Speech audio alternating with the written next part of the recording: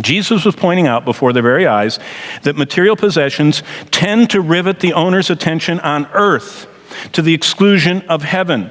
And wealth can enslave us without us even realizing what's happening. So Jesus says, beware of riches.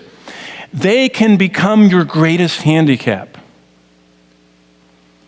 Well, Peter was processing this. And in fact, back up to chapter 4 of the Gospel by Mark, because Jesus talked about this all the time, and I don't think we realize it. In fact, a nice thing to do is read through the Gospel and look at Jesus talking about money. He talks more about money than any other topic.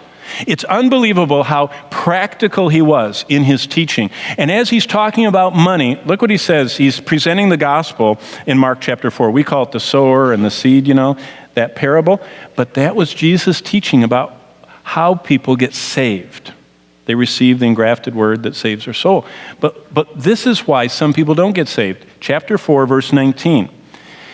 We can be captured and controlled by our recreation and comfort and possession so much that this will happen to us. Jesus warned, Mark 4:19, and the cares of this world and the deceitfulness of riches and the desire for other things enter in and choke the word, and it doesn't bear fruit. Do you know what that means?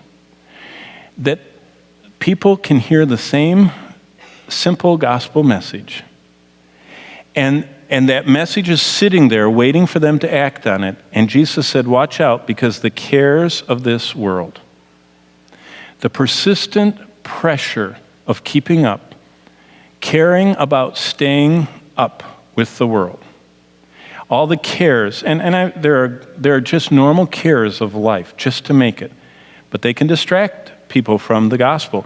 And the deceitfulness of riches. Look at the deceitfulness. Look at verse 19. The deceitfulness of riches. You all of a sudden think you're better. You think you deserve something. And Jesus said the deceitfulness of riches and the desire for other things chokes the word. So that's what Mark chapter 10's rich young ruler illustrates.